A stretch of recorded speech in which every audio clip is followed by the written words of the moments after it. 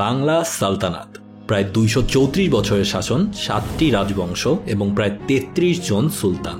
এই সালতানাতের সময় বিশ্বের মানচিত্রে প্রথমবারের মতো স্বাধীনভাবে বাঙ্গালা নামের এলাকা স্থান পায়। একেবারেই নিজেদের নামে সালতানাত হওয়ার কারণে এই সাম্রাজ্য নিয়ে আপনাদের আগ্রহ অনেক বেশি। কিন্তু আমার অন্যান্য ভিডিওগুলোর মতো কেবলমাত্র একটা ভিডিওতেই যদি আমি এই সালতানাতের শুরু থেকে শেষ পর্যন্ত বলতে যাই, তাহলে অনেক ঘটনাই বাদ পড়ে থাকবে। এ কারণে আজকের ভিডিওতে এই সালতানাত শুরু হওয়ার আগে যেভাবে একজন মানুষ এর ভিত্তি এবং এলাকা নির্ধারণ করে দিয়েছিল সেগুলো নিয়ে কথা হবে। সো হ্যালো, আমি Labid Rahat and welcome to my channel. তো চলুন এই অঞ্চলে মুসলিম শাসকদের আগমনের পর থেকে স্বাধীনভাবে বাংলা সালতানাত হওয়ার আগ পর্যন্ত ঘটনাগুলো দিয়েই শুরু করি।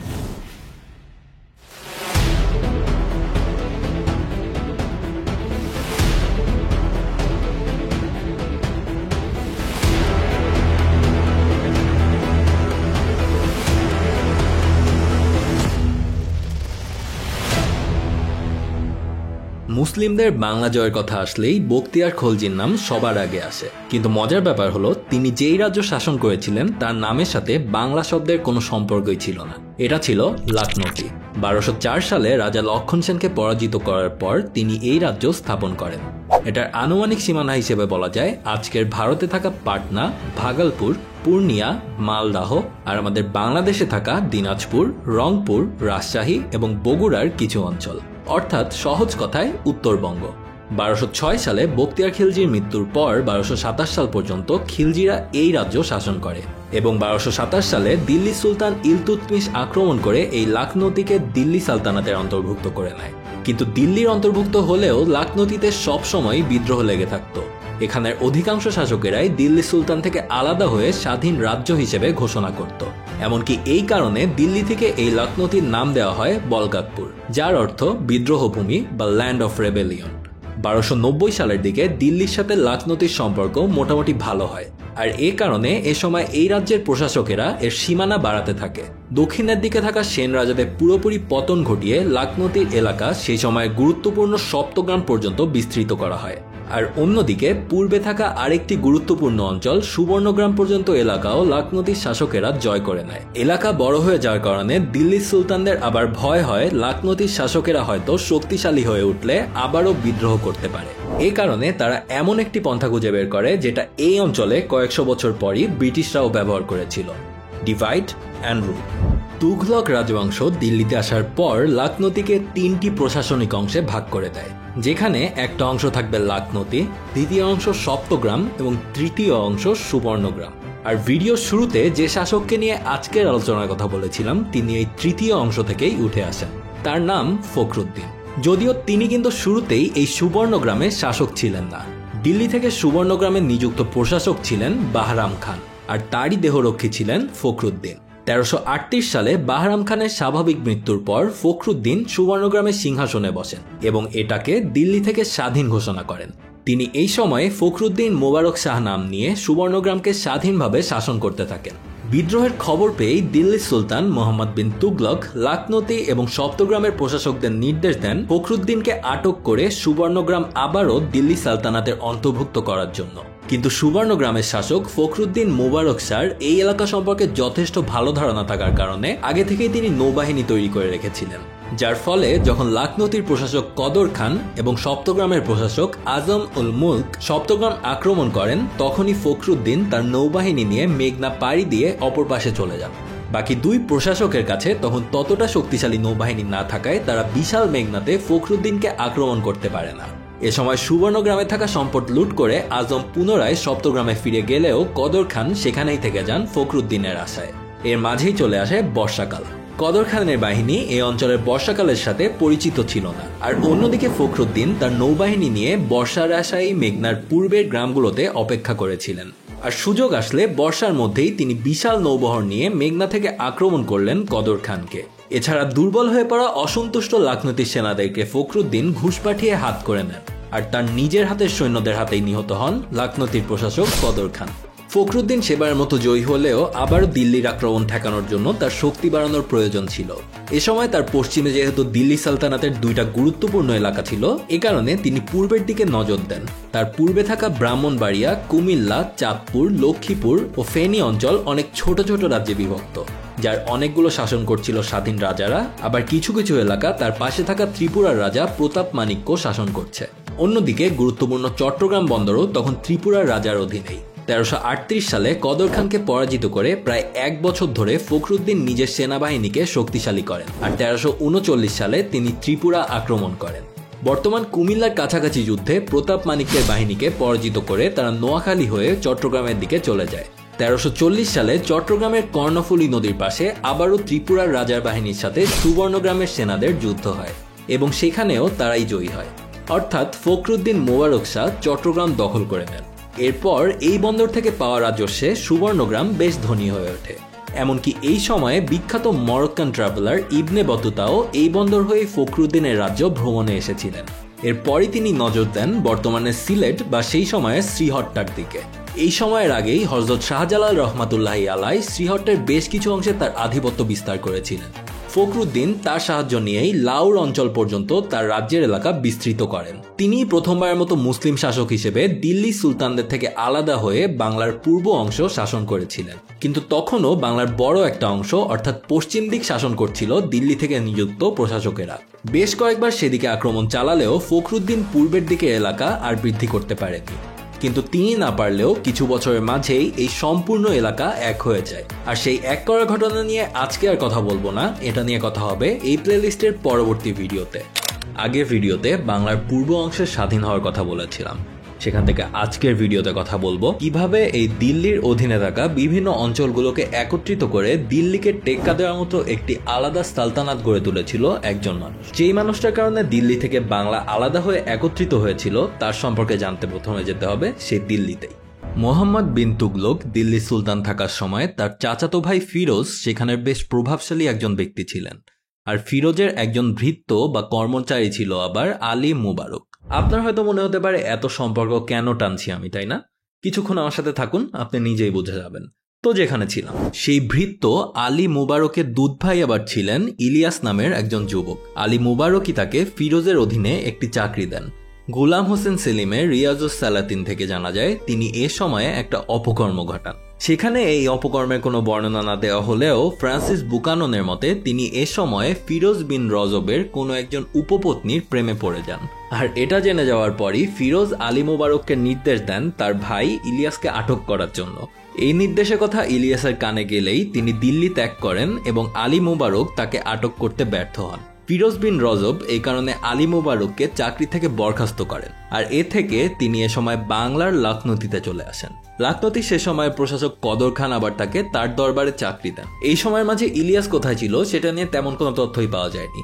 অনেকেই মনে করেন তার নামের সাথে যেহেতু হাজি শব্দটি আছে তাই এই সময়ের মাঝে তিনি হয়তো মক্কাতে গিয়ে হজ পালন করে এসেছিলেন। তো যেখানেই থাকুক, কয়েক বছর পর ইলিয়াস লখনৌতিতে আলী মুবারকের কাছে ফিরে আসেন, আর আলী মুবারক তাকে সাথে সাথেই গ্রেফতার করেন। তিনি হয়তো বেশ কিছুদিন আটক ছিলেন, কিন্তু পরবর্তীতে ক্ষমা চাওয়ার পর ইলিয়াসকে পাশে থাকা সপ্তগ্রামে আজম উল মুলকের সেনাবাহিনীতে চাকরি দেওয়া হয়। ইলিয়াস শুরু থেকেই বেশ বুদ্ধিমান এবং উচ্চাকাঙ্ক্ষী ছিলেন, যার কারণে তিনি ধীরে ধীরে উচ্চ পর্যায়ে চলে যান এবং মাত্র কয়েক বছরের মাঝেই তিনি সপ্তগ্রামের সেনাপতিতে পরিণত হন। এর মাঝেই 1338 সালে সুবর্ণগ্রাম থেকে ফখরুদ্দিনের বিদ্রোহের খবর জানা যায়, আর লখনৌতির প্রশাসক কদর খান তাকে আক্রমণ করতে গিয়ে নিহত হন। আর এরপর ফখরুদ্দিন লখনৌতিতে নিজের কর্তৃত্ব প্রতিষ্ঠার জন্য নিজের একজন মানুষকে সেখানের প্রশাসক হিসেবে নিযুক্ত করেন, কিন্তু আলী মুবারক এটা মেনে না নিয়ে তাকে হত্যা করেন। এর মধ্যে ফখরুদ্দিন বেশ কয়েকবার লখনৌতি আক্রমণ করে দখল করে নিতে চায়, আর সেই অবস্থায় লখনৌতির দরবারের অন্যান্য মানুষদের অনুরোধে সেখানের প্রশাসক হন আলী মুবারক। তিনি 1341 সালে আলাউদ্দিন আলী শাহ নাম নিয়ে শাসন করা শুরু করেন।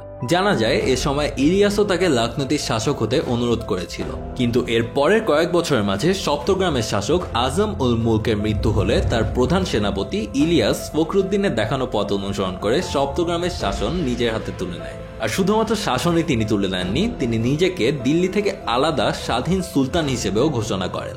এ সময় থেকেই তাকে চেনা হয় শামসুদ্দিন ইলিয়াস শাহ নামে। আগেই বলেছি তিনি বেশ উচ্চাকাঙ্ক্ষী একজন মানুষ ছিলেন। এ কারণে তিনি তার দুধ ভাই লাখনতির প্রশাসকের বিরুদ্ধেও যুদ্ধ ঘোষণা করেন। মনে করা হয় 1342 সালের কোনো এক সময় ইলিয়াসের ইন্ধনেই আলী মোবারক বা আলাউদ্দিন আলী শাহর দেহরক্ষীরাই তাকে হত্যা করে।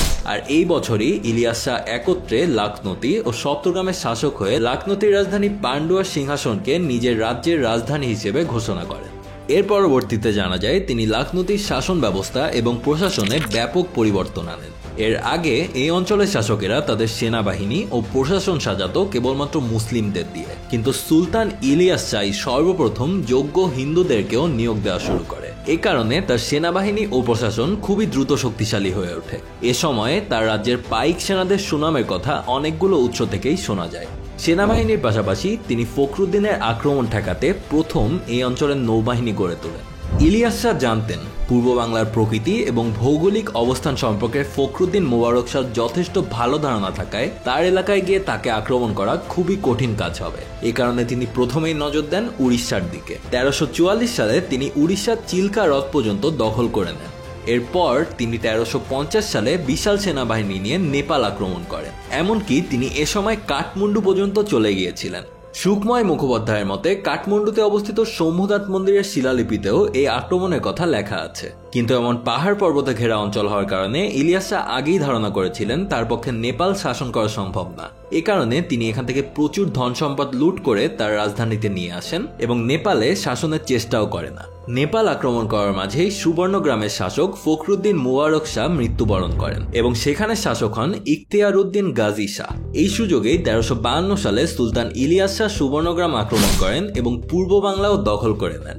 ইতিহাসে প্রথমবারের মতো সারা বাংলা একজন সুলতানের অধীনে শাসিত হওয়া শুরু করে। অবশ্য তিনি এরপর তার সালতানাতের নাম দেন বাঙ্গালা সালতানাত। আর এ কারণে অনেক ইতিহাসবিদদের মতে এই সময়ের মাঝেই তার নামও শাহ ই বাঙ্গালা বা শাহ ই বাঙ্গালিয়ান হিসেবে ছড়িয়ে পড়ে। কিন্তু ইলিয়াস শাহ কেবলমাত্র এই অঞ্চল জয় করেই বসে থাকেননি। মোহাম্মদ বিন তুগলকও 1351 সালে মৃত্যুবরণ করেন। আর এরপর দিল্লির সিংহাসনে বসেন সেই ভিডিওর শুরুতে বলা ফিরোজ বিন রজব। তিনি এ সময় সুলতান ফিরোজ শাহ তুগলক নামে পরিচিত ছিলেন। নতুন সুলতান আসার কারণে সারা রাজ্য বেশ দুর্বল অবস্থানে ছিল। অনেকেই মনে করেন এই দুর্বলতার সুযোগেই ইলিয়াস শাহ বিহার আক্রমণ করে বসে। আবার অন্যান্য ইতিহাসবিদদের মতে তাদের পূর্বে ঘটে যাওয়া ঘটনাবলীর কারণে ইলিয়াস শাহ দিল্লি পর্যন্ত আক্রমণ করার কথা হয়তো বা ভেবেছিলেন। তো ইলিয়াস শাহ আসলে কি ভেবেছিলেন সেটা তো জানা সম্ভব না, কিন্তু তিনি যে বিহারের ত্রিহুত পর্যন্ত তার বাহিনী নিয়ে আক্রমণ চালিয়েছিলেন এটা নিয়ে যথেষ্ট প্রমাণ রয়েছে। এ সময় দিল্লির অধীনে থাকা বিহারের প্রশাসক মালিক ইব্রাহিম সুলতানের সেনাদের হাতে নিহত হন। এরপর তিনি বানারস পর্যন্ত অগ্রসর হয়েছিলেন, কিন্তু মনে করা হয় তার পরামর্শদাতাদের অনুরোধেই এরপর সুলতান তার রাজধানীর দিকে ফিরে যেতে থাকেন। কিন্তু এই কিছুদিনের মাঝেই দিল্লির সুলতান ফিরোজ শাহ তার রাজ্য গুছিয়ে এনে শামসুদ্দিন ইলিয়াস শাহর কর্মকাণ্ড সম্পর্কে জানতে পেরেই তাকে আক্রমণের সিদ্ধান্ত নেয় এবং তার দখল করা এলাকা পুনরায় দিল্লির অধীনে নিয়ে আসার চেষ্টা করেন। 1353 সালের শেষের দিকে দিল্লির বাহিনী বাংলার উদ্দেশ্যে রওনা হয়। বানারস, ত্রিহুত এবং বিহার হয়ে দিল্লির বাহিনী বাংলার রাজধানী পান্ডুয়া পর্যন্ত চলে আসে। মাত্রই বললাম সুলতান ইলিয়াসও এই সময়ে তার রাজধানীর দিকে ফিরে যাচ্ছিল। দিল্লি সুলতানের আক্রমণের কথা শুনে তিনি আর পান্ডুয়াতে না গিয়ে আরো পূর্ব দিকে এসে একডালা দুর্গে আশ্রয় নেন। এই দুর্গের দুই দিকে ছিল নদী আর একদিকে ঘন জঙ্গল। ধারণা করা হয় দুর্গে ঢুকেই ইলিয়াস শাহ সামনের দিকেও পরিখা খনন করে রেখেছিল। অন্যদিকে দিল্লি সুলতান প্রথমে রাজধানী পান্ডুয়া ফাঁকা পায়, আর এরপর ইলিয়াস শাহর অবস্থান জানতে জানতে বাংলা সুলতান তার দুর্গ আরো শক্তিশালী করে তোলে। বেশ কিছুদিন পর ফিরোজ শাহ তুগলক এই দুর্গ অবরোধ করে। কামান দিয়ে তারা এর দেয়াল ভেঙে দিতে পারলেও নদী ও জঙ্গল পার হয়ে তা আক্রমণ করতে করতেই বাংলা সালতানাতের সেনারা তা মেরামত করে ফেলছিল। এমনভাবে কয়েক মাস দুই পক্ষের অবরোধ ও যুদ্ধ চলে। দিল্লি বেশ কয়েকবার তাদের শক্তিশালী ক্যাভেলরি চার্জ করলেও বাংলার পাইক সেনাদের কাছে তারা বারবার বাধাগ্রস্ত হয়। ফিরোজ শাহ বুঝতে পেরেছিলেন বাংলা সুলতান এই এলাকার প্রিয় বন্ধু বর্ষাকালের অপেক্ষায় এই দুর্গ আঁকড়ে ধরে আছে। তিনি বর্ষাকালের আগেই ইলিয়াস শাহকে ধোঁকা দেওয়ার পরিকল্পনা করে তার সব সেনাদের সেখান থেকে সরিয়ে কিছু দূর নিয়ে গিয়ে সেখানে অবস্থান নেন। বিচক্ষণ ইলিয়াস শাহ দিল্লি সুলতানের পরিকল্পনা বুঝে যান এবং তাদের ধাওয়া না করে নিজের অল্প কিছু সৈন্য পাঠান। সেই সব সেনারা দিল্লি সেনাদের হাতে নিহত হলেও বাংলার মূল সেনাবাহিনী নিয়ে ইলিয়াস শাহ দুর্গেই অবস্থান করেছিলেন।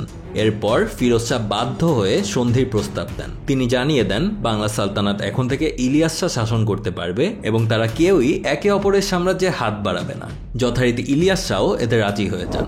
এভাবেই দিল্লি থেকে সম্পূর্ণ আলাদা হয়ে বাংলা সালতানাতের ভিত পুরোপুরি পাকাপোক্ত হয়, যার স্বাধীনতায় পরবর্তী প্রায় 200 বছরেরও বেশি কেউই হস্তক্ষেপ করতে পারেনি।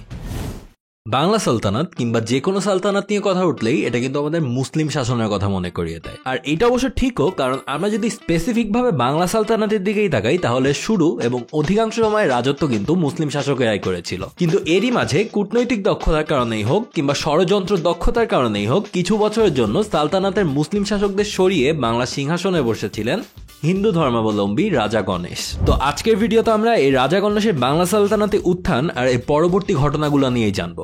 তো ভিডিওতে আরো আগানোর আগে বলে রাখি, এই ভিডিওর সব তথ্য চট্টগ্রাম বিশ্ববিদ্যালয়ের প্রাক্তন উপাচার্য প্রফেসর আব্দুল করিমের বাংলার ইতিহাসের সুলতানি আমল এবং খন্দকার শনন শাহরিয়ারের মধ্যযুগের বাংলা এই 2 বই থেকে নেওয়া হয়েছে।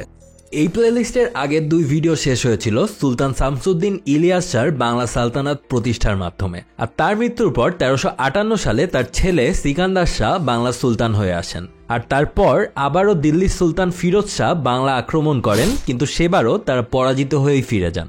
নতুন সুলতানের অনেক সন্তানের মাঝে গিয়াসউদ্দিন ছিলেন সর্বকনিষ্ঠ, কিন্তু সব থেকে বেশি বিচক্ষণ আর উচ্চাভিলাষী। সুলতান এ কারণে গিয়াসউদ্দিনকে পান্ডুয়া থেকে সুবর্ণ গ্রামের শাসনের দায়িত্ব দেন। শুরুর দিকে তাদের মাঝে সম্পর্ক ভালো থাকলেও পরবর্তীতে সিংহাসনের লোভে হোক কিংবা দরবারে অন্যান্য মন্ত্রীদের ষড়যন্ত্রেই হোক, গিয়াসউদ্দিন তার পিতার সিংহাসন দখলের পরিকল্পনা করেন। সুবর্ণগ্রাম থেকে বিশাল বাহিনী নিয়ে তিনি রাজধানী পান্ডুয়া থেকে কিছু দূরের গোয়ালপাড়ায় অবস্থান নেন। আর অন্যদিকে সুলতান সিকান্দার শাহ তার ছোট ছেলের বিদ্রোহ দমন করতে সৈন্য নিয়ে গোয়ালপাড়ায় রওনা দেন। তো সেখানে হওয়া যুদ্ধে সুলতান সিকান্দার শাহ মারাত্মকভাবে আহত হন এবং এ থেকেই এর পরবর্তীতে মৃত্যুবরণ করেন। বেশ কিছু লেখা থেকে জানা যায় মৃত্যুর আগে গিয়াসউদ্দিন তার পিতা সিকান্দার শাহর সাথে কথা বলার সুযোগ পেয়েছিল। এ সময় সুলতান নাকি তাকে বলেছিল, তুমি রাজ্য চেয়েছিলে, রাজ্য পেয়েছো, এখন রাজ্য রক্ষা করো। যদিও এই কথাগুলো একটু বেশি ড্রামাটিক মনে হচ্ছে, আর তাছাড়া এটা আসলেই ঘটেছিল কিনা এটারও তেমন কোনো প্রমাণ পাওয়া যায়নি। কিন্তু এর পরপরই কিন্তু গিয়াসউদ্দিন আসলেই বাংলা সালতানাতের সম্পূর্ণ দখল নিয়ে নিয়েছিল। এই যুদ্ধে সুলতান সিকান্দারের পাশাপাশি গিয়াসউদ্দিনের অন্যান্য ভাইয়েরাও নিহত হয়েছিল, আর যারা বেঁচে ছিল তাদেরকে নতুন সুলতান গিয়াসউদ্দিন আজম শাহ অন্ধ করে দেন। যদিও এটা এখনের স্ট্যান্ডার্ডে খুবই নিচু মানের একটা কাজ, কিন্তু এটা কিন্তু সেই বাংলা সালতানাতের আমলে খুবই কমন একটা প্র্যাকটিস ছিল। এমনকি মুঘলদের মাঝেও এটা দেখা যায়। এই প্রথা যদি ওয়েস্টারসেও থাকতো তাহলে এই গণের কিন্তু ক্ষমতায় বসাবার খুব বেশি কষ্ট করতে হতো না, কারণ তার ভাই এইমন্ডের ক্ষেত্রে এই অর্ধেক কাজ কিন্তু লর্ড স্ট্রংরাই করে রেখেছিল। Then you are craven as well as a traitor. Give me your eye, or I will take it back. তো যাই হোক, আমরা ওয়েস্টারসের কথা বাদ দিয়ে আবার বাংলা সালতানাতের দিকে চলে যাই। তো গিয়াসউদ্দিন আজম শাহের ক্ষমতা দখলের পর রাজধানী পান্ডুয়ার দরবারের মন্ত্রীরা 2 ভাগে ভাগ হয়ে যায়।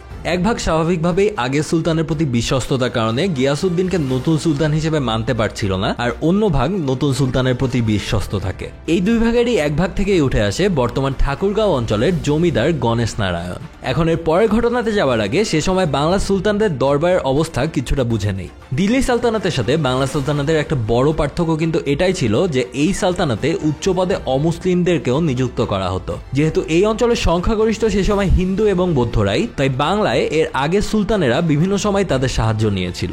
এ কারণে যখন দিল্লি থেকে শাসকেরা বাংলা আক্রমণ করেন তখন অনেক হিন্দু জমিদারের কাছ থেকেই সুলতান ইলিয়াস শাহ সাহায্য পেয়েছিল। সেখান থেকেই গিয়াসউদ্দিনের দরবারেও স্বাভাবিকভাবেই অনেক প্রভাবশালী হিন্দু এবং বৌদ্ধরাও ছিল। কিন্তু বয়স বাড়ার সাথে সাথে গিয়াসউদ্দিন আরো বেশি ধর্মের দিকে ঝুঁকে পড়েন, আর তার দরবার থেকে অমুসলিমদেরকে ক্ষমতাচ্যুত করা শুরু করেন। মনে করা হয় আগে থেকেই তার মন্ত্রীদের মাঝে বিভক্তি থাকার কারণে আর নতুন করে এই কাজ শুরু করায় কিছুদিনের মাঝেই তাকে হত্যা করা হয়। যদিও বেশ কিছু ইতিহাসবিদ এর পেছনে গণেশকেই দায়ী করেছেন, কিন্তু এটা তেমন কোনো প্রমাণ কিন্তু পাওয়া যায়নি। গিয়াসউদ্দিনের মৃত্যুর পর সিংহাসনে বসেন তার ছেলে সাইফুদ্দিন হামজা শাহ, কিন্তু তিনিও তার পিতার পথে অনুসরণ করেন। আর আগে থেকেই মন্ত্রিসভা ভাগ হয়ে থাকায় কিছুদিনের মাঝেই তার সেনাপতি শিহাবুদ্দিন বিদ্রোহ করে বসেন। এই বিদ্রোহেই সুলতানের মৃত্যু হয়, আর নতুন সুলতান হন সেই সেনাপতি শিহাবুদ্দিন। যিনি শিহাবুদ্দিন বায়জিৎ শাহ নাম নিয়ে সিংহাসনে বসেন। এই সময় পেছন থেকে জমিদার গণেশ নারায়ণ পুরোপুরি এই বিদ্রোহ নিয়ন্ত্রণ করেছিল বলে জানা যায়, কারণ তিনি গিয়াসউদ্দিনের সময় দরবারে তার পদ হারান আর এরপর বায়জিৎ শাহর সময় পুনরায় একজন মন্ত্রী হিসেবে দরবারে ফেরত আসেন। কিন্তু আবারও সুলতানকে হত্যা করে একজন সেনাপতি সিংহাসনে বসাকে অনেকেই সে সময় মেনে নিতে পারেনি, আর এই সুযোগেই পুনরায় সুলতানকে হত্যা করা হয়। অর্থাৎ পরপর 3 জন সুলতান রহস্যজনকভাবে হত্যা হয়েছিল এই সময়।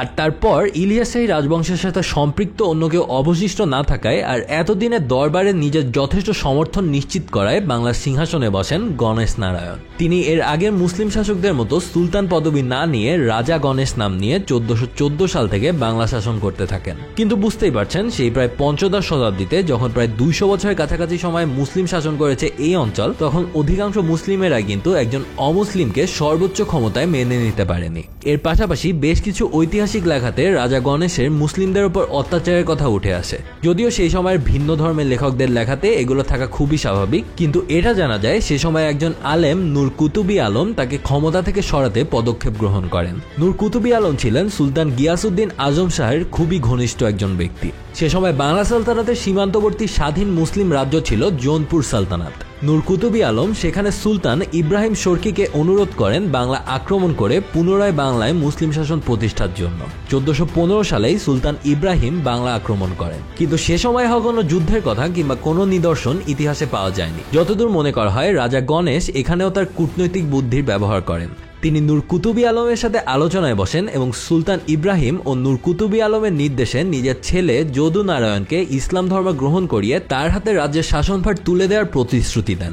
এ সময় যদু নারায়ণকে ইসলাম ধর্ম গ্রহণ করিয়ে তার নাম দেওয়া হয় সুলতান জালালউদ্দিন মোহাম্মদ শাহ। তার বয়স সে সময় ছিল মাত্র 12 থেকে 14 বছরের মাঝামাঝি, অর্থাৎ পেছন থেকে আবারও রাজা গণেশই বাংলার ক্ষমতায়। এরপর 1416 সালে নূর কুতুবী আলমের মৃত্যুর পর গণেশ তার ছেলেকে সরিয়ে পুনরায় বাংলার সিংহাসনে বসেন এবং পুনরায় অনেক অর্থ ব্যয় করে জালালউদ্দিনকে আবারও হিন্দু ধর্মে ধর্মান্তরিত করেন। এবার বেশ কিছু বছর রাজা গণেশ বিনা বাধায় রাজত্ব করেন।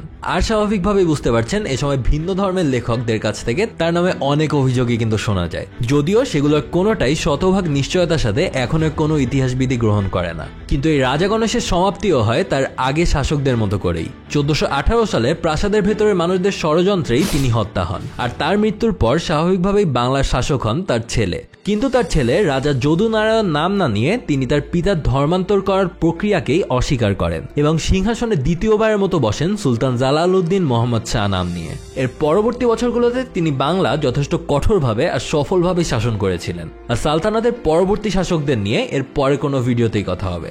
1487 সালে ইলিয়াস শাহী রাজবংশের শেষ সুলতান জালালউদ্দিন ফাতেহ শাহ যখন গড় ছেড়ে পালিয়ে যেতে বাধ্য হন, তখন থেকে 1493 সাল পর্যন্ত বাংলা দেখে এক অন্ধকার যুগ। মাত্র 6 বছরে বাংলার সিংহাসনে বসে 4 জন সুলতান। এমনকি মুঘল সম্রাট বাবরের আত্মজীবনীতেও এই সময়টা নিয়ে কিন্তু লেখা আছে। সেখানে বলা আছে, বাঙালিরা বলে আমরা সিংহাসনের অনুগত, যে সিংহাসন অধিকার করে তাকেই আমরা মানি। এমনকি টম পিয়ার্স এই সময় বাংলার রাজনৈতিক অবস্থার একটা বর্ণনা দেন, আর তিনি বলেন যে রাজাকে মারে সেই রাজা হয়। আর ঠিক এইরকম সময়ে বাংলা সিংহাসনে এমন একজন আসেন যিনি সে সময় তুলনামূলক ছোট বাংলার সাম্রাজ্য পূর্বে কামরূপ থেকে পশ্চিমে জৌনপুর পর্যন্ত বিস্তৃত করেন। কামরূপ, কামতা, উড়িষ্যা, ত্রিপুরা এবং আরাকানের বিশাল এলাকা জুড়ে ছিল তার রাজত্ব। এমনকি পর্তুগিজ জলদস্যুরা তার রাজত্ব আমলে বাংলাকে কোনো ঘাটানোর সাহস পায়নি। আর এই সময়টাতে বাংলা এতটাই শক্তিশালী ছিল যে দিল্লি সুলতানদেরকেও আমরা পাত্তা দিতাম না। এমনকি আয়তনের দিক থেকেও আমরা ছিলাম ভারতীয় উপমহাদেশের বৃহত্তম রাজ্য।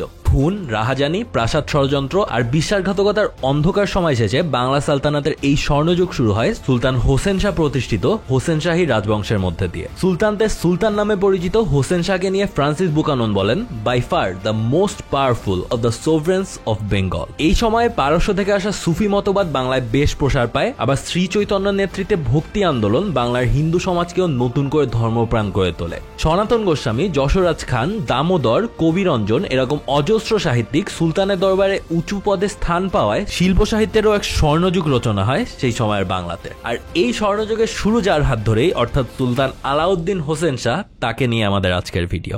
মধ্যযুগে বাংলা সুলতানদের জন্ম পরিচয় ও রাজত্বকাল জানবার সবথেকে সহজ উপায় হচ্ছে বিভিন্ন মুদ্রা আর শিলালিপি। আর সুলতান হোসেন শাহ তার রাজত্বকালে ছাপানো বিভিন্ন মুদ্রায় নিজেকে সৈয়দ আশরাফ আল হোসেনির পুত্র এবং নবীজির বংশধর হিসেবে দাবি করেছেন। তার মানে আমরা ধরে নিতে পারি তিনি কিন্তু আরব দেশ থেকেই বাংলা অঞ্চলে এসেছেন। আর এটার পেছনে বেশ ফেমাস দুইটা বই তারিকি ফিরিস্তা ও রিয়াজুস সালাতিনের লেখকেরাও সায় দিয়েছেন। তারা হোসেন শাহকে সৈয়দ হোসেন শরীফি মক্কি বলে উল্লেখ করেন। পর্তুগিজ ইতিহাসবিদ জোয়াল দুই ব্যারোসের মতে পর্তুগিজরা এই দেশে আসার প্রায় 100 বছর আগে একজন আরব বণিক প্রায় 100 খানেক লোক নিয়ে বাংলায় আসেন ব্যবসার জন্য। কিন্তু এখানে জটিল পলিটিক্যাল সিনারিও দেখে তিনি সিদ্ধান্ত নেন এই রাজ্য দখল করা যেতে পারে। আর সেই ব্যবসার কথা বলে আরব থেকে আরো প্রায় 300 লোক আনেন এবং চট্টগ্রামে নিজের ইনফ্লুয়েন্স ক্রিয়েট করে সুলতান শামসুদ্দিন মুজাফফর শাহর দরবারে উজির হিসেবে নিয়োগ পান।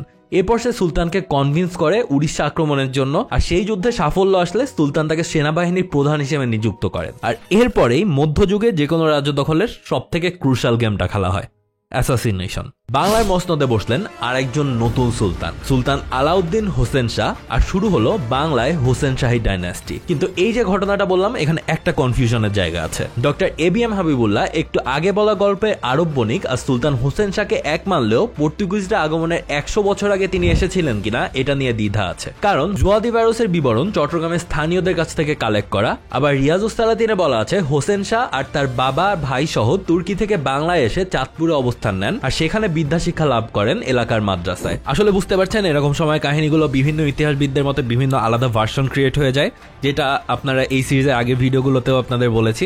এই কারণে আপনি যেটা জানতেন সেটা থেকে এখানে যদি অন্য কিছু বলা হয় তাহলে আমাকে মারতে আসেন না। আমি সবার লাস্টের সোর্সগুলো বলে দিব আমি কোনটা থেকে আপনাদের জানাচ্ছি সেটা। তো সুলতান হোসেন শাহ ছিলেন একজন ট্রু পলিটিশিয়ান। সে এটা বুঝতো যে যতদিন প্রজাদের মেন্টালিটি পজিটিভ রাখা যাবে তার রাজ্য ততদিন সেফ থাকবে। আর এই জন্য সিংহাসনে বসেই সে শুরুতেই নিজেকে কামরূপ, কামতা ও উড়িষ্যার বিজয় হিসেবে ঘোষণা দিয়ে ফেলেন। কিন্তু বাস্তবে তিনি কিন্তু তখন পর্যন্ত এই রাজ্যগুলো জয় করতে পারেনি, যেগুলো আমরা একটু পরেই দেখব। কিন্তু সেই সময় কিন্তু মানুষজনের এইটা ভেরিফাই করার মতো কোনো সোর্স ছিল না। যেহেতু সুলতান বলছে তার মানে মনে হয় ঠিকই হবে, এই ধরনের একটা মেন্টালিটি ছিল মেনলি সেই সময়। তার মানে সাধারণ মানুষজনরা কিন্তু সবসময় খুশি ছিলেন যে কত বড় বিজেতা বসেছে আসলে বাংলা সিংহাসনে। কিন্তু প্রথম বছর তিনি এগুলো না করলেও এই সব রাজ্যের সাথেই তার শাসনকালে প্রায় পুরো সময় ধরেই বিভিন্ন যুদ্ধে তিনি লিপ্ত ছিলেন। চলেন এবার এই 4 রাজ্য জয়ের কাহিনী সংক্ষেপে আপনাদের বলি। আলাউদ্দিন ইরফান আলিয়াস মির্জা নাথানের লেখা বাহারিস্তানি গাইবিতে করতোয়া নদীর উত্তর পূর্বাঞ্চলে, যা বর্তমানে কুচবিহার, জলপাইগুড়ি, সেই জায়গায় কামতা রাজ্যের অবস্থান ছিল। আর সেই সময়ের কামতা অনেকগুলো ছোট ছোট ভাগে বিভক্ত ছিল আর তাদের নিজেদের মধ্যেও টুকটাক গ্যাঞ্জাম লেগেই থাকতো। হোসেন শাহ এটার পূর্ণ সুযোগ নেন আর এক এক করে কামতা রাজ্যের সকল জমিদারকে নিজের নিয়ন্ত্রণে নিয়ে আসেন। অনেক ঐতিহাসিক মনে করেন হোসেন শাহ কামতার জমিদারদের উচ্ছেদ না করে বাৎসরিক কর প্রথা চালু করেন। কিন্তু অন্যদিকে আবার বুকাননের বর্ণনায় পাওয়া যায় যে তিনি স্বরূপ নারায়ণকে হত্যা করেছিলেন, যেটা হয়তো অন্য জমিদারকে ভয় দেখানোর জন্য হতে পারে। আনুমানিক 1502 খ্রিস্টাব্দে সুলতান হোসেন শাহ তার কামতা অভিযান সম্পন্ন করেন। আর এরপর আসে কামরূপ। কামরূপ রাজ্যের অবস্থান ছিল কামতা থেকে পূর্ব দিকে ব্রহ্মপুত্রের অববাহিকায়। পদ্মনাথ বুরায়ের আসামা বুরানজিতে হোসেন শাহের কামরূপ অভিযান নিয়ে ডিটেলস লেখা আছে। বিত মালিক এবং বড় উজির নামে 2 জন সেনাপতি এই অভিযানের মূল দায়িত্বে ছিল। তবে সুলতানের বড় ছেলে দানিয়ালও এই অভিযানের সেনাপতিত্ব করেছে বলে কিছু সোর্সে বলা আছে। তো 1499 সালের দিকে শুরু হওয়া এই অভিযানে সুলতান 24,000 পদাতিক, অশ্বারোহী ও 100 খানেক রণতরী পাঠিয়েছিলেন। বাংলার এত বড় বাহিনীকে আটকানোর সামর্থ্য ছিল না সেই সময় কামরূপের কোনো রাজ্যের। আর এই কারণে তারা সহজেই বর্তমান আসামের দরং জেলা পর্যন্ত চলে আসে। কিন্তু এর পরেই শুরু হয় বৃষ্টি। পাহাড়ি রাস্তা আর ঢল ছেড়ে সামনে এগোনো সম্ভবই ছিল না, তাই বাংলা বাহিনী সিদ্ধান্ত নেয় পিছু হটে বিহারের দিকে চলে যাবার। কিন্তু পিছু হটার সময় হঠাৎ করে আক্রমণ চালায় কামরূপের বাহিনী। আর সেই যুদ্ধে কোনো ডেফিনিটিভ উইনার না থাকলেও বাংলা বাহিনী প্রচুর সৈন্য হারায়। আর যে কারণে হোসেন শাহ আসলে পুরোপুরি কামরূপ দখল করতে পারেনি। তবে কামরূপের বিস্তৃত পশ্চিম অঞ্চল মানে গোয়ালপাড়া, ধুরবি এসব এলাকায় তার বিশাল রাজত্ব প্রতিষ্ঠিত হয়। বুকাননের বর্ণনা এবং রংপুরের কাটাদুয়ার মসজিদে পাওয়া শিলালিপি এই কাহিনীকে সাপোর্ট করে। এবার চলেন নজর দেই সে সময় বাংলার সাউথ ওয়েস্টে। বর্তমান উড়িষ্যার উত্তর ভাগ আর মেদিনীপুরের দক্ষিণ অঞ্চল মিলে খুব ছোট একটা রাজ্য ছিল জাজনগর নামে। শক্তিশালী উড়িষ্যা আর বাংলা রাজ্যের মধ্যে এই বেচারা রাজ্য সারা দিনই প্রায় মার খেত। হোসেন শাহ এই রাজ্য জয় করে নিজেকে এই রাজ্যের বিজেতা হিসেবে কোথাও উল্লেখ করেনি। ইভেন সে নিজের রাজ্যের অফিসিয়াল নথিপত্রেও জাজনগরের ওপর সুলতানি শাসন দেখায়নি। কিন্তু এই রাজ্যটা তার দরকার ছিল অন্য একটা কারণে, উড়িষ্যা। জাজনগরের মাঝখান থেকে চলে যাওয়া সুবর্ণরেখা নদী বাংলা আর উড়িষ্যার সীমান্ত চিহ্নিত করত। এই নদীর ওপর নিয়ন্ত্রণের জন্য দুই পাশেরই মাঝে মধ্যে গ্যাঞ্জাম লেগেই থাকতো। হোসেন শাহ কিন্তু তার রাজত্বকালে উড়িষ্যার ওপর একের পর এক অভিযান চালিয়েছেন। এর মধ্যে কয়েকটা মেনশন মেনশন পাওয়া যায় উড়িষ্যার রাজকবি ডিন্ডিমের লেখায়। সে সময় উড়িষ্যা রাজ্য সুবর্ণরেখা নদী থেকে শুরু করে উত্তরে দ্বারকেশ্বর নদীর দক্ষিণ তীর পর্যন্ত বিস্তৃত ছিল, কিন্তু হোসেন শাহর অনবরত আক্রমণে এই বিশাল রাজ্য আস্তে আস্তে সাইজে কমে যাচ্ছিল। উড়িষ্যার রাজা উৎকলরাজ পুরুষোত্তমের মৃত্যুর পর তার ছেলে প্রতাপ রুদ্রদেব সিংহাসনে বসেন, আর এরপর তিনি ডিসিশন নেন যে অনেক হয়েছে, এবার গৌড়ের জ্বালাতন আসলে দূর করতে হবে। 1497 সালে হওয়া এক যুদ্ধের বর্ণনা সে সময় বৈষ্ণব সাহিত্যে পাওয়া যায়। বলা হয় বিশিষ্ট বৈষ্ণব সাধক মাধবেন্দ্র পুরী নীলাচল থেকে ফেরার পথে এই বাংলা আর উড়িষ্যার যুদ্ধের কারণে সীমান্ত পার হতে পারে নাই, আর এই কারণে রেমুনাতেই তার মৃত্যু হয়। 1497 সালের এই যুদ্ধে বাংলা বাহিনী পিছু হটলেও তারা আবার 1504 খ্রিস্টাব্দে কটকে এসে হাজির হয়। তো সেই সময় কটকের গভর্নর বিদ্যাধর বাংলার বাহিনী দেখে শহর ছেড়ে পালিয়ে যান, আর সেই সময় প্রতাপ রুদ্রদেব আবার অন্য একদিকে যুদ্ধে ব্যস্ত ছিলেন। হোসেন শাহর আক্রমণের কথা শুনে তিনি আবার কটকে এসে হাজির হয় এবং বলা হয় সেবারের যুদ্ধে বাংলার বাহিনীকে উড়িষ্যার সেনারা ভাগীরথী নদীর উজান পর্যন্ত জাস্ট তাড়া করে বেরিয়েছিল। আর 1510 সালে হোসেন শাহ আবারও তার সেনাদের একবার উড়িষ্যা অভিযানে পাঠিয়েছিলেন, কিন্তু সেবারও কোনো ডিসাইসিভ রেজাল্ট না আসায় তিনি আস্তে আস্তে নিজের অ্যাটেনশন ত্রিপুরার দিকে নিয়ে যান। তবে সব ইতিহাসবিদরাই বলে এই উড়িষ্যা ছিল হোসেন শাহর একটা অবসেশনের মতো। তো ক্ষমতায় আসার পরপরই বিভিন্ন আক্রমণের দিক থেকে ত্রিপুরার অধিকাংশ অংশই কিন্তু হোসেন শাহ দখলে ছিল, কিন্তু তিনি কখনোই নিজেকে ত্রিপুরার বিজেতা হিসেবে দাবি করেননি। তো হোসেন শাহ ত্রিপুরার সমতল এলাকা দখলের পর ত্রিপুরার রাজা ধনমাণিক্য আবার সেই এলাকা দখল করে নেয়, আর সেই এলাকাগুলোর মধ্যে ছিল গঙ্গামণ্ডল, পাটিকারা, মেহেরকুল, কৈলা শহর, বড়দাখাত এবং খণ্ডল। তো দখল করার পর তিনি এই এলাকায় একজন গভর্নর ঠিক করে আবার ফেরত চলে যায়, কিন্তু সে ফেরত চলে যাওয়ার সাথে সাথেই ত্রিপুরার প্রজারাই বিদ্রোহ করে বসে,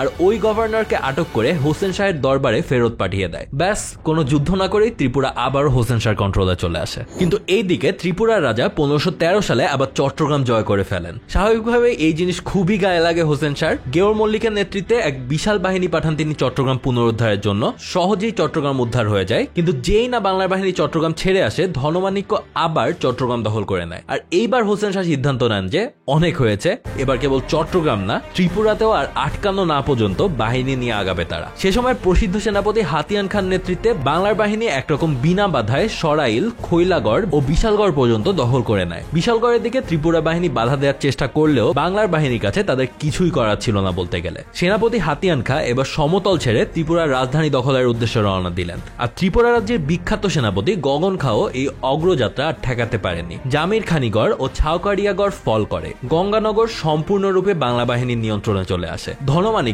এবার পালিয়ে পালিয়ে অনবরত রাজধানী চেঞ্জ করছিল, কিন্তু এই যুদ্ধের ধকল তিনি আর খুব বেশি দিন নিতে পারেনি। অল্প কিছুদিনের মধ্যেই তার মৃত্যু হয়, আর তার মৃত্যুর পর ক্ষমতা আসে রাজা দেবমাণিক্যর হাতে। আর এইবার ত্রিপুরা বাহিনী গেরিলা ট্যাকটিক্স ইউজ করা শুরু করে। স্ক্র্যাচ আর্ট পলিসি, বনে আগুন লাগানো, নদীতে মশাল নিয়ে ভয় দেখানো, আর যখন তখন গেরিলা আক্রমণের মধ্যে দিয়ে বাংলার বাহিনীকে তারা বিপর্যস্ত করে ফেলে। হাতিয়ান খা দেখলেন যে না, অবস্থা ভালো না, অনেক রাজ্য জয় হয়েছে, এবার বাড়ি ফিরে যায়। কিন্তু ত্রিপুরা রাজাদের ক্রনিকল রাজমালাতে বলা হয় হাতিয়ান খা গড়ে ফিরে গেলে হোসেন শাহ তাকে নিয়ে খুবই টিটকারি মারেন, কারণ তিনি এত বিখ্যাত সেনাপতি হওয়ার পরও ত্রিপুরা জয় করতে ব্যর্থ হয়েছেন। এখন এইসব কাহিনী দেখে আপনার মনে হতে পারে যে আলাউদ্দিন হোসেন শাহ হয়তো তার রাজত্বকালে সবসময় যুদ্ধই করে গিয়েছেন, কিন্তু তাকে আবার সুলতানদের সুলতান বলা হচ্ছে, আর তার সময়কালকে বাংলার স্বর্ণযুগও বলা হচ্ছে। এইটা কেন?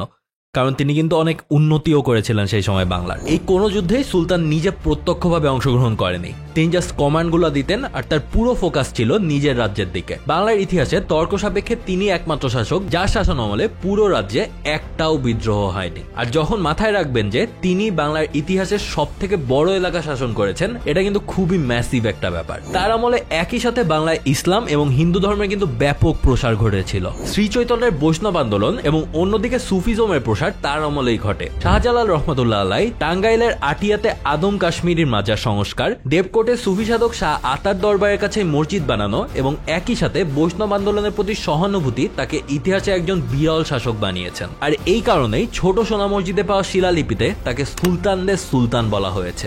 বিজয়গুপ্তের পদ্মপুরাণ, বিপ্রদাস পিপিলায়ের মনসা বিজয়, কবীন্দ্র পরমেশ্বরের মহাভারত এবং শ্রীকরনন্দের অশ্বমেধ পর্ব এই যুগেই রচনা হয়। সব মিলিয়ে বলা যায় হোসেন শাহী ডাইনাস্টি বাংলায় যে স্বর্ণযুগ এনেছিল, যা প্র্যাকটিক্যালি আফগান শাসনের পূর্ব পর্যন্ত বিদ্যমান ছিল, সেটার সম্পূর্ণ ক্রেডিট এই সুলতান আলাউদ্দিন হোসেন শাহ। তো সুলতানের রাজত্ব 1519 নাকি 1525 সালে শেষ হয়, সেটা নিয়ে অনেক তর্ক বিতর্ক আছে। আর এইসব তর্কের কথা মাথা রেখেই আজকের ভিডিও রিসার্চ করা হয়েছে সুনীতিভূষণ কাননগোর বাংলার ইতিহাস বইটা থেকে। বর্তমানে সমগ্র বাংলাদেশ, নেপাল আর ভারতের কিছু অংশ নিয়ে বেঙ্গল সালতানাত তার সময়ের উপমহাদেশের one of the largest empire গঠন করেছিল। ইনফ্যাক্ট সুলতান আলাউদ্দিন হোসেন শাহ শাসনামলে বেঙ্গল সালতানাতের রাজধানী গৌড় পৃথিবীর one of the most popular CTO ছিল। আর এই বেঙ্গল সালতানাত নিয়ে আমাদের লাস্ট ভিডিওটাতে আমরা বাংলার স্বর্ণযুগের কাহিনী বলেছিলাম, আর আজ বলবো সেই গোল্ডেন এজের শেষ হওয়ার কাহিনী।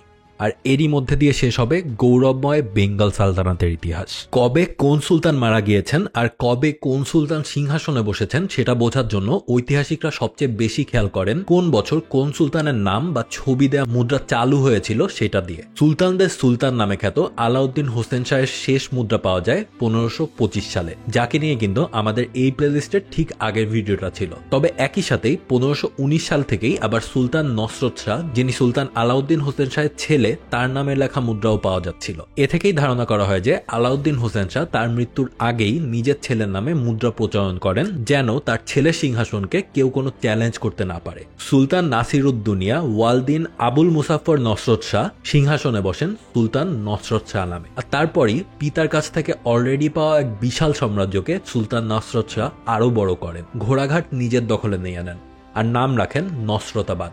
এছাড়াও ত্রিহুতের রাজাকে পরাজিত করে সেই রাজ্য নিজের দখলে তিনি আনেন। আর ঠিক যেই সময় নসরত শাহ তার ক্ষমতায় এসেছিল সেই সময় এই ভারতীয় উপমহাদেশের অন্য প্রান্তে আর একটা বড় সাম্রাজ্যের জন্ম নিচ্ছিল। তার শাসনের প্রথম বছরই মানে 1526 সালে পানিপথের যুদ্ধে ইব্রাহিম লোদিকে পরাজিত করে বাবর দিল্লির সিংহাসন দখল করেন। ঠিক এর আগের সুলতান আলাউদ্দিন হোসেন শাহ উড়িষ্যার দিকে যেই আগ্রাসী মনোভাব দেখিয়েছিলেন বাবর সেটা জানতো, এন্ড এই কারণে ক্ষমতায় আসার সাথে সাথেই সে বাংলার দিকেও নজর দেয়। আর এ থেকেই নসরত শাহ বুঝেছিলেন যে যখন তখন উত্তর ভারতের দিকে তাকানো তার জন্য সেফ হবে না, কারণ বাবরের আত্মজীবনীতে যে অংশটুকু আমরা পাই সেখান থেকে জানা যায় যে 1527 খানোয়ার যুদ্ধের পর বাবর মোল্লা মোহাম্মদ মাজহাবকে বাংলার সুলতানের দরবারে পাঠান। আর এক বছরেরও বেশি সময় ধরে সুলতান নসরত শাহের সেবায় থেকে ফিরে গিয়ে মোল্লা সাহেব বাবরকে জানায় যে নসরত শাহ বাবরকে সম্মান করে এবং এই দুই অঞ্চলের মধ্যে কোনো রাগ বা ক্ষোভ নেই। তিনি বাংলাকে আক্রমণ না করার জন্য বাবরকে উপদেশ দেন, কিন্তু তারপরেও বাবর নসরত শাহের কাছে 3টা আবদার করে বসেন, যার মধ্যে প্রথম আবদার খরিদ অঞ্চল থেকে বাংলার সৈন্য সরিয়ে নিতে হবে। দ্বিতীয় আবদার বাবরের কাছে হেরে গিয়ে বাংলায় আশ্রয় নেওয়া আফগানদের হয় মারতে হবে, না হলে তার কাছেই ফেরত দিতে হবে। আর থার্ড ছিল আফগানদের মারার জন্য যদি মুঘল বাহিনী বাংলায় যেতে চায় সেই অনুমতি তাদেরকে দিতে হবে। স্বাভাবিকভাবে এই দাবিগুলো সে সময়ের বাংলার সুলতান নসরত শাহের কাছে খুব একটা ভালো লাগে নাই, আর এ কারণেই সে আস্তে আস্তে বাংলার প্রতিরক্ষা বাড়াতে থাকলেন। আর এ থেকেই বাবরের গুপ্তচরেরা তার কাছে খবর নিয়ে যায় যে বাংলা যুদ্ধের প্রস্তুতি নিচ্ছে। আর পরবর্তীতে 1529-এর 4 এবং 5 মে বাবরের কামান বাহিনী বাংলার উপর আক্রমণ করে বসে। মোগলদের আধুনিক যুদ্ধ কৌশলের সামনে বাংলা বাহিনী সে সময় সহজে টিকতে পারে নাই, আর মোগলরা সেবার পালাতে থাকা বাংলা বাহিনীকে তাড়া করতে থাকে। গোগরা বা ঘাঘরা নদী পার করে তারা বাংলা সালতানাতের সীমানাতেও ঢুকে পড়ে। আর 19 মের মধ্যে নাসরত শাহ সেই 3টি শর্ত মেনে নিলে বাবর এবারের মতো শান্ত হয়। কিন্তু এই গ্যাঞ্জামের সুযোগ নিয়ে আবার ত্রিপুরার রাজা দেবমাণিক্য সোনারগাঁও পর্যন্ত দখল করে নেয়। ধারণা করা হয় যে এই যে সোনারগাঁও বাংলা সালতানাত থেকে আলাদা হলো, তার পরবর্তীতে এটা পুনরুদ্ধার করা নাসরত শাহের পক্ষে সম্ভব হয় নাই। এখন পর্যন্ত ঘটনা শুনে হয়তো বুঝতেই পারছেন এই নাসরত শাহ খুবই শান্তিপ্রিয় একজন মানুষ ছিলেন এবং তার কাছে এই ধরনের ভায়োলেন্ট জিনিসগুলো কখনোই পছন্দের ছিল না। তিনি সবসময় কূটনীতির মাধ্যমে সলভের চেষ্টা করতেন। এই যে বাবরের সাথে গ্যাঞ্জাম, বাবর কিন্তু সম্পূর্ণ বাইরে থেকে আক্রমণ করতে এসেছিল, এন্ড বাংলার সাথে সে সেধে সেধে গ্যাঞ্জাম বাঁধিয়েছে এটাও বলা যায়। বাংলার কিন্তু সে সময় কোনো মুঘলদের সাথে গ্যাঞ্জাম করার ইচ্ছাই ছিল না।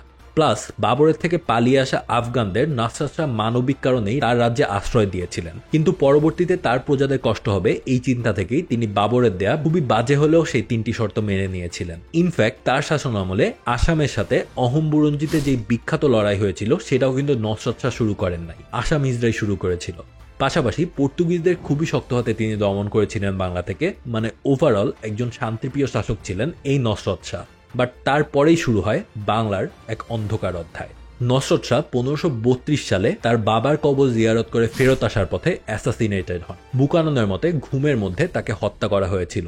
আর তারপরই ক্ষমতায় আসে তার শিশুপুত্র ফিরোজ শাহ, কিন্তু মাত্র 9 মাসের মাথায় তাকেও অ্যাসাসিনেট করা হয়। ডক্টর আব্দুল করিমের মতে এর পেছনে নসরত শাহের আপন ভাই গিয়াসউদ্দিন মাহমুদ শাহের হাত ছিল, কারণ নসরত শাহ মারা যাওয়ার আগে থেকেই তিনি নিজের নামে মুদ্রা প্রচলন শুরু করেন। কিন্তু সরাসরি সে নসরত শাহের বিরুদ্ধে সে সময় কিছু করে নাই। এ কারণে ধারণা করা হয় যে আমাদের শান্তিপ্রিয় নসরত শাহ তার ভাইয়ের এই কাজটা মেনে নিয়েছিল। তিনি আর তার ছেলে মারা যাওয়ার পর স্বাভাবিকভাবেই গিয়াসউদ্দিন মাহমুদ শাহ সিংহাসনে আসেন অ্যান্ড সারপ্রাইজিংলি তিনি নিজের ভাই আর ভাইয়ের ছেলে হত্যার জন্য কাউকে কোনো শাস্তি দেন নাই। আর সে সময় বিহারের প্রাদেশিক শাসক ছিলেন মখদুম আলম। সম্পর্কের দিক থেকে নসরত শাহর বাবা আলাউদ্দিন হোসেন শাহ ছিলেন তার শ্বশুর। গিয়াসউদ্দিনের হাতে ভাই আর ভাইয়ের ছেলে হত্যার এই নোংরা রাজনীতি দেখে এই লোক রাগে ক্ষোভে সালতানাত থেকে আলাদা হয়ে বিহারের স্বাধীনতা ঘোষণা করে দেন। আর এই সুযোগে সেই সময়ের বিহারের একজন আফগান শের খান মখদুম আলমের সাথে খাতির করে নেয়। আর এই বিদ্রোহ দমন করতে কুতুব খানের নেতৃত্বে বিশাল এক বাহিনী পাঠান গিয়াসউদ্দিন। বাট সেই বাহিনী মখদুম আলম আর শের খানের কম্বাইন্ড ফোর্সের কাছে দাঁড়াতে পারে নাই। আর এরপর গিয়াসউদ্দিন আরও একবার ফোর্স পাঠিয়েছিল সে সময় বিহারে, বাট সেবার লোহানীদের সাথে গ্যাঞ্জাম চলার কারণে শের খান সৈন্য পাঠাতে পারে নাই। ওই যুদ্ধে মখদুম আলম নিহত হন, কিন্তু তারপরেও গিয়াসউদ্দিন বিহার দখল করতে পারেন নাই। আর এদিকে মখদুম আলমের মৃত্যুর কারণে বিহারে শের খানের ইনফ্লুয়েন্স আস্তে আস্তে বাড়তে থাকে।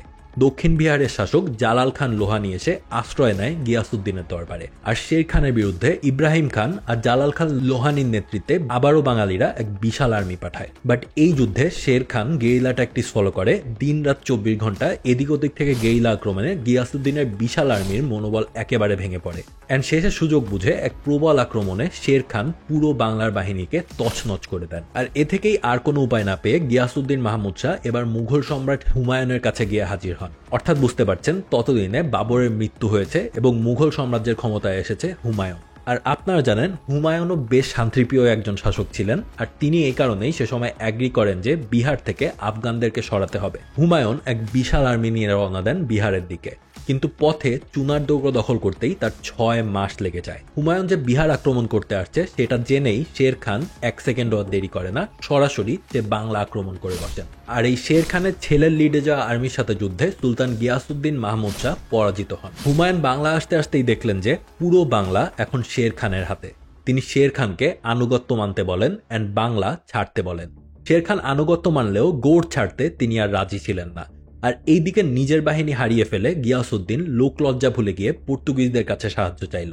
কিন্তু পর্তুগিজ আস্তে আস্তে গৌড় পুরোপুরি শের খানের হাতে চলে যাবে এই চিন্তা থেকে তিনি আবার পরবর্তীতে বিশাল অ্যামাউন্টের টাকা পয়সা দিয়ে শের খানকে খুশি করলেন। কিন্তু এটা বলা হয় যে এই গিয়াসউদ্দিনের দেওয়া টাকা পয়সা দিয়েই শের খান পরবর্তীতে বাংলার পতন ঘটান। পরের বছরই শের খানের দ্বিতীয় আক্রমণে গিয়াসউদ্দিন মাহমুদ শাহের 2 ছেলে নিহত হয় অ্যান্ড তিনি আহত হয়ে পালিয়ে যান গৌড় থেকে।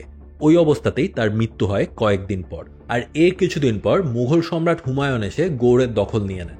গৌড় তার এতটাই ভালো লেগেছিল যে তিনি এর নাম দেন জান্নাতাবাদ বা স্বর্গভূমি। কিন্তু হুমায়ুন যখন এই বাংলাতে এসেছিল ঠিক সেই সময়ে শের খান বাংলা থেকে দিল্লি যাওয়ার সব রাস্তায় নিজের ফোর্স নামিয়ে দেন।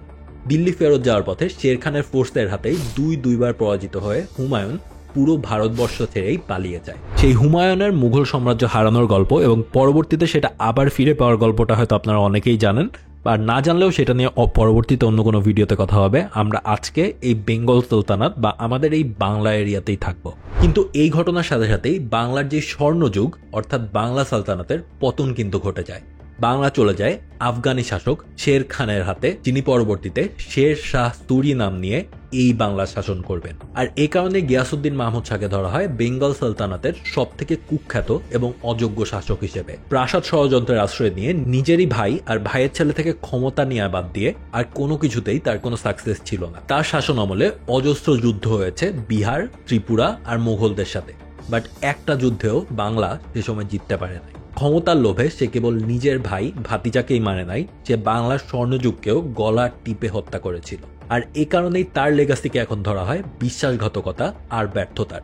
বাংলা এরপর থেকে আর ঘুরে দাঁড়াতে পারেনি। এই লোকের মধ্যে দিয়েই আসলে বাংলা সালতানাতের সমাপ্তি ঘটে। তবে পরবর্তীতে আফগানরাও নিজেদেরকে বাংলার সুলতান দাবি করেছিল বিভিন্ন সময়। কিন্তু আপনি যদি বাংলা সালতানাতের আসল ব্লাড লাইন যেটা বলেন, এই আফগানি শাসকরা যারা মূলত বিহার থেকে উঠে এসেছিল তারা কিন্তু এই সালতানাতের পার্ট পুরোপুরি কখনো ছিল না। বাট তারপরেও কাহিনীর খাতিরে এই আফগান শাসন আমলটাও তুলে ধরা দরকার। খুবই সংক্ষেপে সেই টাইমটাও তুলে ধরছি, যেহেতু সেটা সরাসরি বাংলা সালতানাতের অংশ না, এই কারণে একটু সংক্ষেপেই বলছি। গিয়াসউদ্দিন মাহমুদ শাহের প্রতিপক্ষ শের খান ছিলেন সুযোগ সন্ধানী। যেভাবে মুগদুল আলমের নীতিনিষ্ঠ আচরণকে নিজের জন্য ব্যবহার করে বিহারের কন্ট্রোল নিয়েছিলেন, সেভাবেই মুঘল সম্রাট হুমায়ুনের অদূরদর্শিতাকে ইউজ করে তাকে দেশ ছাড়াও করেছিলেন। গিয়াসউদ্দিন আর হুমায়ুনের পতনের পর পুরো বাংলা শের খানের যুদ্ধক্ষেত্রে পরিণত হয়। বাংলার নতুন সুলতান হিসেবে শের শাহ উপাধি তিনি গ্রহণ করেন। তবে তার চোখ আসলে জাস্ট বাংলায় সীমাবদ্ধ ছিল না। হুমায়ুনের পতনের পর মুঘলদের অবর্তমানে যেই পাওয়ার ভ্যাকিউম তৈরি হয়েছিল, সেটাই ছিল তার মূল লক্ষ্য।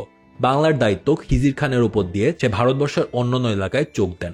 আর এই সুযোগেই খিজির খান আবার বিদ্রোহ করে বসেন এবং শের শাহ সেটাও দমন করেছিলেন। তবে একটা এলাকা তার দখলে আসে নাই, সেটা হচ্ছে আমাদের ভাটি অঞ্চল। এই এলাকার দুইজন শাসকের পৃথক মুদ্রা থেকে ঐতিহাসিকরা ধারণা করে যে শের শাহ বাংলার দক্ষিণে কখনোই নিজের হাতে আনতে পারে নাই, কিন্তু সেই কাজ পরবর্তীতে করে তার ছেলে ইসলাম শাহ সুরি। আর তার পরবর্তীতে আসেন ফিরোজ শাহ, বাট তার রাজত্ব আর বেশি দিন টেকে নাই, অ্যাসাসিনেটেড হন তিনি। আর তার অ্যাসাসিন মুবারিস খান মোহাম্মদ শাহ আদিল নাম নিয়ে সিংহাসনে বসেন। এটা শুনে আবার সেই সময় বাংলার আর এক অঞ্চলের শাসনকর্তা মোহাম্মদ খান বাংলাকে স্বাধীন রাজ্য হিসেবে ঘোষণা করে দেন, নাম নেন শামসুদ্দিন মোহাম্মদ শাহ। আর এর পরে কাহিনী খুবই ছোট এবং রক্তাক্ত। দিল্লির ওপর প্রতিশোধ নিতে শামসুদ্দিন মোহাম্মদ শাহ গাজী রওনা দেন, বাট তার বিশাল কিন্তু ক্লান্ত আর্মি আদিল শাহর আর্মির সামনে পেরে ওঠে নাই। মোহাম্মদ শাহ গাজী যুদ্ধেই মারা যান আর ক্ষমতায় আসে তার ছেলে গিয়াসউদ্দিন বাহাদুর শাহ। আদিল শাহ এবার বাংলাকে কন্ট্রোলে আনার জন্য শাহবাজ খানের আন্ডারে সৈন্য পাঠায়। আর সেই যুদ্ধে আদিল শাহ মারা গেলে গিয়াসউদ্দিন ভাবলেন দিল্লি সালতানাত এখন তার। তাজ খান কাররানিকে বাংলার প্রাদেশিক শাসনকর্তা বানিয়ে তিনি রওনা দেন দিল্লির দিকে। আর এদিকে হুমায়ুন ছিলেন এই সুযোগেরই অপেক্ষায়। দিল্লি সিংহাসন সেই সময় ফাঁকা। গিয়াসউদ্দিন দিল্লি পৌঁছানোর আগেই হুমায়ুন কিন্তু দিল্লি দখল করে নিয়েছিল, আর গিয়াসউদ্দিনের কাছে আর দিল্লি জয় করা হয় নাই। এরপর আসে তার ছেলে গিয়াসউদ্দিন জালাল শাহ। আর তার অস্বাভাবিক মৃত্যুর পর যে ক্ষমতায় আসে সে মুদ্রা ছাড়ার আগেই তাকেও জোর করে নামিয়ে দেওয়া হয়। যে জোর করে নামিয়েছিল সেও আবার গিয়াসউদ্দিন নাম নিয়েই বাংলা শাসন শুরু করে। কিন্তু এই দেখেই তাজ খান কাররানি তার বিরুদ্ধে যুদ্ধ ঘোষণা করে, অ্যান্ড সেই এবার যুদ্ধে যেতে শুরু হয়। এরপর কাররানি শাসন। তাজ খান কাররানি, সুলেমান কাররানি, বায়াজিদ কাররানি আর দাউদ খান কাররানির পর মুঘলদের হাতে এই কাররানি শাসনেরও সমাপ্তি হয়, অ্যান্ড বাংলা ট্রুলি এবার তার স্বাধীনতা হারায় মুঘলদের কাছে পুরাপুরি। তো এই ছিল ভিডিওটা মেইনলি বাংলা সালতানাতের পার্সপেক্টিভ দিক থেকে বানানো, মানে গৌড় যারা আসলে শাসন করেছিল, বাংলা সালতানাতের একদম আদি শাসনকর্তা যারা বলা যায়, তাদের পার্সপেক্টিভ থেকে বানানো। অনেক ইতিহাসবিদই আবার এই যে বিহারের শাসক বা আফগানি যেই শাসকদের কথা বললাম, তাদেরকেও বাংলা সালতানাতের ভেতরে ইনক্লুড করেছে, বা অনেকে এটা নিয়ে আসলে দ্বিধাদ্বন্দ্বে আছে যে তাদেরকে আসলে করা উচিত কিনা। তো এটা নিয়ে একটা ডিবেট আছে যে তাদেরকে আসলে বাংলার সুলতান বলা যাবে কিনা। বাট আপনাদের তো পুরো ঘটনাটা বললামই, এখন it's up to you actually যে আপনি তাদেরকে বাংলার সুলতান হিসেবে আসলে বলবেন কিনা, বিকজ তারা কিন্তু নিজেদের বাংলা সুলতান হিসেবেই দাবি করতো। বাট তারপরেও এই সময় একটা জিনিস, আমি যে সুলতান নাসরাত শাহের কথা বললাম, তার পরবর্তীতে কিন্তু আর কেউই এই সম্পূর্ণ বাংলাটাকে কন্ট্রোল করতে পারে নাই। বাংলার বিভিন্ন অঞ্চলে, ভাটি অঞ্চলে স্পেসিফিক্যালি অনেক বিদ্রোহ লেগেই থাকতো। আপনারা জানেন এই সময়ে কিন্তু সেখান থেকে 12 ভূঁইয়াদের কথা উঠে এসেছিল, যারা একই সাথে এই আফগানি শাসক, তারপরে আবার অন্যদিকে মুঘলদের সাথেও লড়াই করেছিল। অ্যান্ড তাদের যেই পতন, সেইটার পরে কিন্তু আসলে পুরোপুরি বাংলাটা মুঘলদের হাতে চলে যায়।